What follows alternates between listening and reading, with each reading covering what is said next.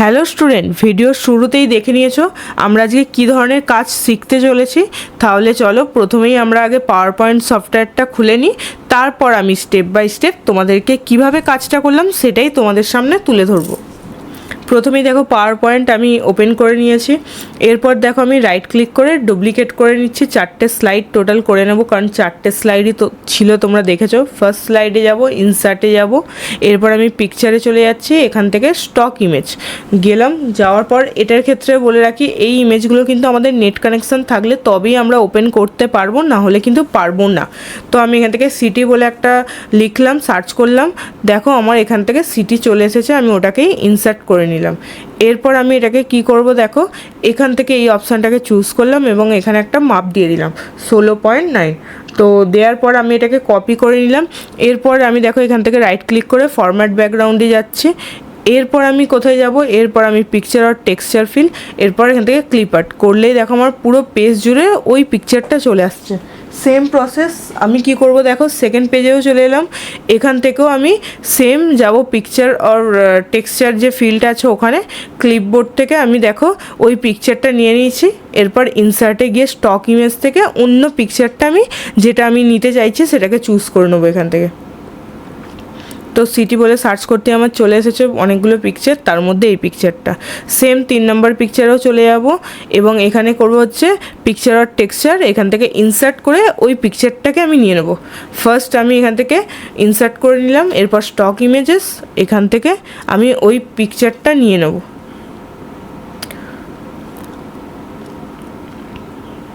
তো এইভাবে same process fourth পেজেও আমি নিয়ে নেবো। জাস্ট ফার্স্ট স্লাইডটাতেই একটু অন্যরকম করতে হতো, তারপর সেকেন্ড থার্ড ফোর্থে একই সেম প্রসেসভাবে আমি কী করে নেবো, পিকচারটাকে নিয়ে চলে আসবো।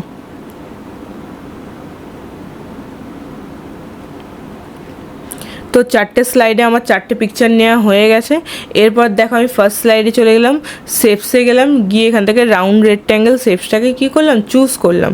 করার পর আমি এখান থেকে করে নিলাম এবং এটাকে কি করব, দেখো আমি পেজটাকে পুরোপুরি অ্যাডজাস্ট করব যে শেপসটার একদম যেন মিডিলে থাকে, তাই জন্য প্রথমে অ্যালাইনমেন্টে গিয়ে করলাম মিডিল, আর তারপর একটা সেন্টার, দুটোই করে নিলাম। আর শেপ ফিলটা ব্ল্যাক আর আউটলাইনটাকে করে দিলাম হচ্ছে নো আউটলাইন। তো আমার এটা করা হয়ে গেছে। এরপর দেখো আমি এখান থেকে ফিলে গিয়ে ট্রান্সপারেন্সিটাকে সামান্য পরিমাণে কী করে দিলাম, বাড়িয়ে দিলাম।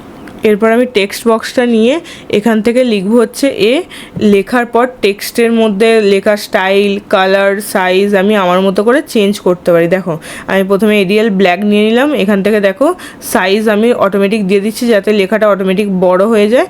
আর একটা আমি কি করব, এখানে টেক্সটটা যে লেখা আছে সেই টেক্সটটাকে আমি কালারটাকে করে দিলাম হচ্ছে হোয়াইট কালার। এবার এটাকে আমি অ্যাডজাস্ট করে বসিয়ে নেবো। এরপর আমি কি করবো, দেখো পুরোটাকে সিলেক্ট করলাম, Ctrl+C করে কপি, তারপর একটা Ctrl+V করে পেস্ট করলাম, আর প্রত্যেকটা স্লাইডে জাস্ট ABCDগুলোকে আমি চেঞ্জ করে দিচ্ছি BCD। এখানে ক্ষেত্রে বলে রাখি আমি মাত্র 4টে স্লাইড করেছি, তোমরা যদি মনে করো যে আমরা 4টে স্লাইড নয় আরও বেশি করব সেটাও তোমরা করতে পারো। তো এখানে 4টে স্লাইড করে নিয়েছি। ফার্স্ট স্লাইডে যাব, এখান থেকে শেপসটাকে আর টেক্সটটাকে দুটোকে একসাথে সিলেক্ট করব এবং সেভ ফরম্যাটে গিয়ে এখান থেকে আমি এই লাস্ট অপশানটাকে চুজ করতে দেখো আমার যে টেক্সটটা ছিল সেটা ব্যাকগ্রাউন্ডের কালারে চলে এসেছে। এরপর সেম প্রসেস 2, 3, 4 স্লাইডগুলো তো এইভাবেই করব। প্রথমে রাউন্ড রেক্ট্যাঙ্গেলটাকে সিলেক্ট করব, তারপর লেটারটাকে চুজ করব, করার পর এখান থেকে সেভ ফরম্যাটে গিয়ে এখান থেকে আমি এই সাবস্ট্রাক্ট অপশানটাকে চুজ করে নেবো। আর এখানে হচ্ছে দেখো আমি টেক্সটটা নর্মালি লিখে নিচ্ছি বা অন্য জায়গা থেকে কপি আর পেস্ট করে নিচ্ছি, কারণ টাইপ করতে গেলে এখন অনেকটা টাইম লাগবে। তোমরা তোমাদের পছন্দ মতো যেমন ইচ্ছা লিখতে পারো।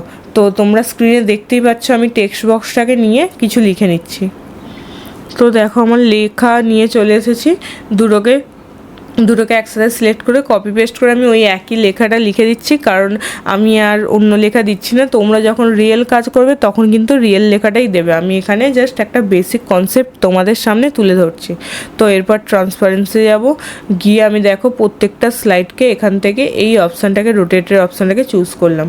এরপর আমি কি করব, দেখো অন মাউস ক্লিকটা তুলে দিয়ে আফটার অ্যাপ্লাই টু অল করে F5। এই হচ্ছে আমার স্লাইড।